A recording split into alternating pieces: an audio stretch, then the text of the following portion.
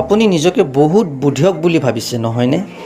আজি মুড নাই, কাইলৈ পঢ়িম, ৰাতিপুৱা টোপনি ভঙা নাই, আবেলি পঢ়িম, এইবোৰ কি? এইবোৰ আপোনাৰ মগজুৱে আপোনাক চলোৱা নাটক।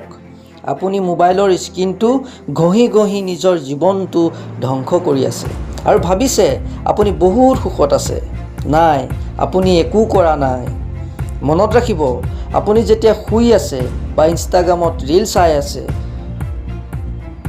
ঠিক সেই সময়তে আপোনাৰ লগৰে কোনোবাই টেবুলত বহি লাইট জ্বলাই পঢ়ি আছে।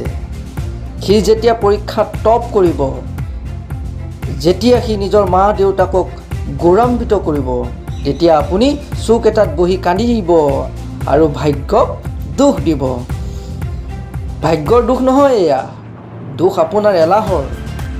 আপোনাৰ মা দেউতাই ফটা কাপোৰ পিন্ধি, পেটৰ ভাত কাটি আপোনাৰ হাতত কিতাপ তুলি দিছে। তেওঁলোকৰ সেই চকু পানী আৰু ত্যাগৰ এয়াই মূল্য দিছে আপুনি। লাজ লগা নাই আপোনাৰ? বহুত হ'ল বাহানা, বহুত হ'ল নাটক। এতিয়া সেই মোবাইলটো দলিয়াই পেলাওক, চকুত চেঁচা পানী মাৰক আৰু কিতাপখন মেলক। যদি নিজক লৈ অলপো গৰ্ব আছে, তেন্তে আজি নিজকে প্ৰমাণ কৰি দেখুৱাওক। আপুনি হাৰ মানিবলৈ জন্ম হোৱা নাই।